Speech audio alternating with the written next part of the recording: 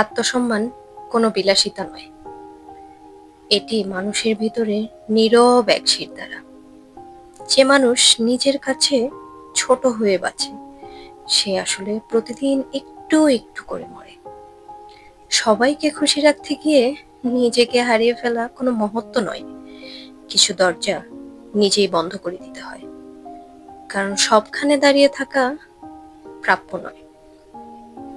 যেখানে তোমার উপস্থিতিতে অবমূল্যায়িত, সেখান থেকে চলে আসাটাই তোমার সবচেয়ে বড় সাহসিকতার পরিচয়। তাই নিজেকে ছোট করে কাউকে সাহায্য করতে যাবে না, কাউকে বড় দেখাতে যাবে না, কাউকে খুশি করতে যাবে না। নিজেকে ভালোবাসো, নিজের আত্মসম্মান বোধ বজায় রাখো। যেখানে একবার অপমানিত হয়েছো সেখানে আর যাবে না।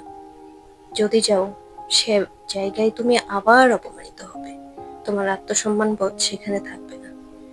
যে মানুষটা তোমাকে একবার অপমান করেছে সে বারবার